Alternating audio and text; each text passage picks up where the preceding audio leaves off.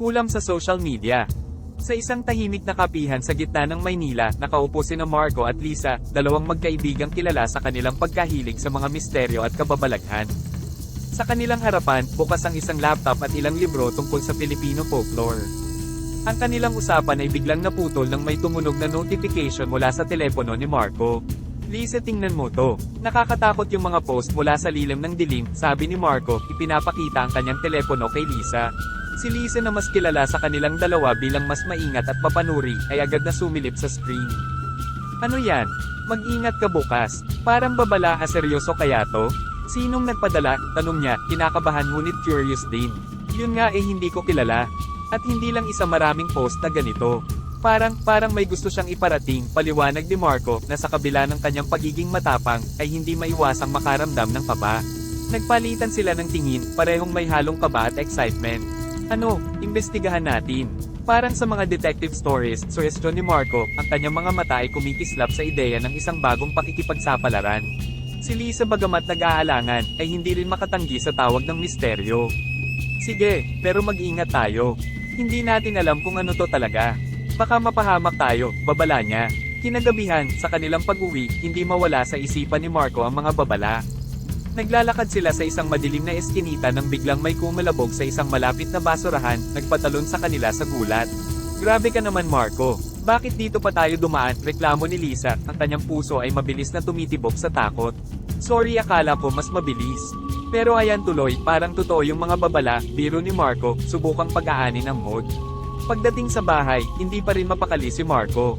Binuksan niya muli ang kanyang social media at nakita na naman ang mga post mula sa lilim ng dilim. Mag-ingat sa darating na gabi, ulit nito. Hindi niya maiwasang isipin, nagkataon lang ba to? O may iba pang ibig sabihin? Kinabukasan, sa eskwelahan, nadulas si Marco habang nagmamadali papunta sa kanyang klase. Buti na lang at walang malubhang nangyari sa kanya, ngunit sapat na ito para maging hudyat sa kanila ni Lisa na seryosohin ang mga babala. Lisa, hindi ito maaaring nagkataon lang. Dapat nating alamin kung sino o ano yung lilim ng dilim, sabi ni Marco, habang sila'y nakaupo sa isang bench, pinagmamasdan ng mga estudyanteng nagdaraan. Oo, tama ka. Pero saan tayo magsisimula? Sa dami ng mga account sa social media, parang imposibleng hanapin yun, tugon ni Lisa, ang kanyang isip ay nagtatrabaho na sa posibleng mga hakbang na pwede nilang gawin.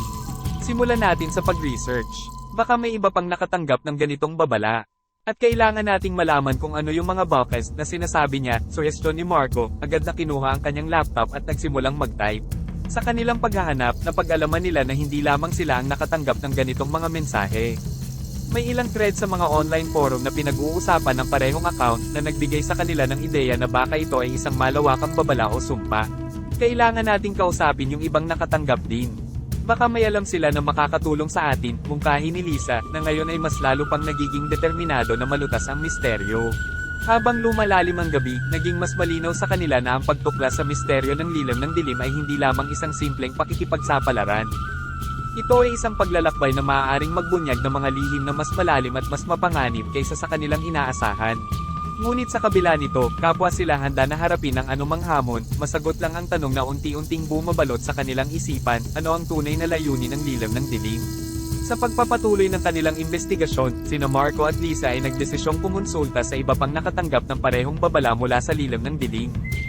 Sa pamamagitan ng social media, nakipag-ugnayan sila sa isang grupo ng mga estudyante mula sa iba't ibang paaralan na nagbahagi rin ng kanilang karanasan. Guys, mukhang hindi lang pala tayo ang nakakatanggap ng mga kakaibang babala. May grupo sa isang forum, pareho din ang natanggap nilang mensahe, sabi ni Lisa habang binabasa ang mga komento sa forum. Talaga? Ano sabi nila? May idea ba sila kung sino si lilim ng dilim? Tanong ni Marco, lumapit para masilayan ang screen ng laptop. May mga haka-haka sila, pero walang konkretong ebidensya. May isa nga, sabi niya baka daw may koneksyon ito sa isang lumang alamat dito sa Maynila, tugon ni Lisa, nag-scroll pa lalo sa mga diskusyon. Napagdesisyon na nilang makipagkita sa ilang miyembro ng grupo para pag-isahin ang kanilang mga impormasyon at bumuo ng isang mas malinaw na larawan ng sitwasyon. Sa isang lumang kafe sa Intramuros, nagtagpo ang magkakaibigang nagbahagi ng parehong misteryo. Kami nga pala si James at si Anna, pakilala ng dalawang bagong kakilala, parehong estudyante mula sa ibang paaralan. Nakakatuwa na hindi lang pala kami ang curious tungkol dito. Ano sa tingin nyo? Anong koneksyon ng mga babala sa lumang alamat ng Maynila? Tanong ni Marco, sabik na marinig ang kanilang mga teorya. May nabasa ako tungkol sa isang bantayog dito sa Maynila na sinasabing may taglay na sumpa. Ayon sa alamat, kapag ito'y ginambala, magdudulot ito ng mga babala sa mga taong may malapit na koneksyon dito, paliwanag ni James, ang kanyang mga mata ay nagliliyab sa excitement. Napaisip tuloy kami, baka yung lilim ng dilim, konektado sa alamat na yon. Baka may ginawa o may nangyaring hindi natin alam na nag-udyok para magpadala siya ng mga babala, dagdag ni Ana, may halong pag-aalala sa kanyang boses. Nagpalitan ng mga teorya at impormasyon ng grupo, nagtulungan para magtahi ng mga piraso ng puzzle. Sa huli, nagkasundo sila na mas malalim pa ang kanilang kailangang halukayin para lubos na maunawaan ang misteryo sa likod ng lilim ng dilim. Kailangan nating magtungo sa bantayog na yon. Baka doon natin mahanap ang sagot, suhestyon ni Lisa, determinadong malutas ang misteryo.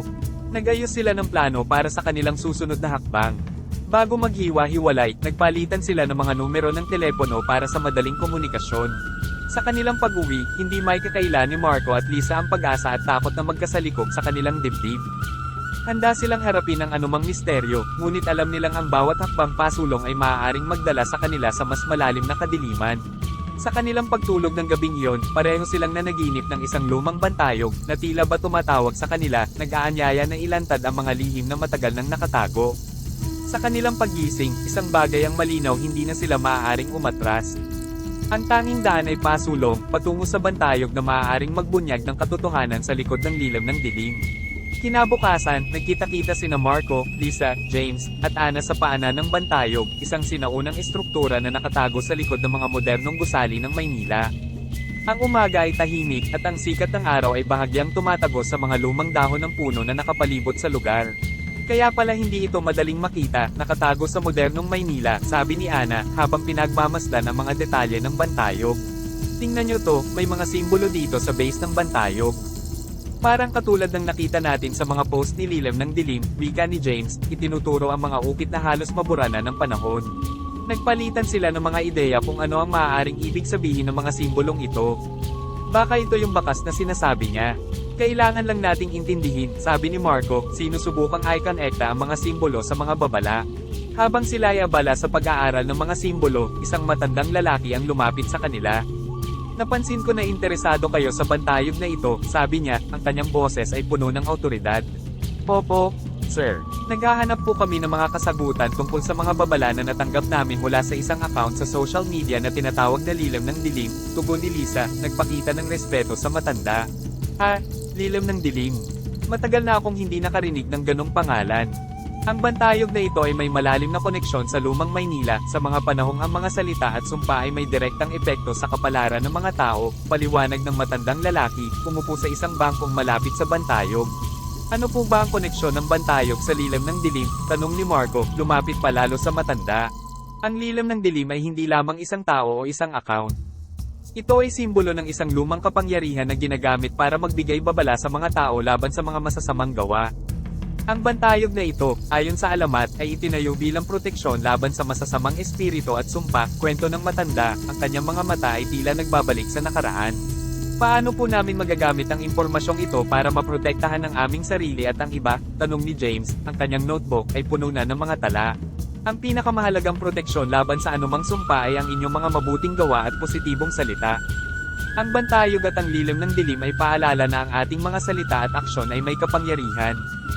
Gamitin ito sa mabuti, at kayo ay ligtas, sagot ng matanda, tumayo at nagbigay ng isang mahiwagang ngiti bago lumakad palayo.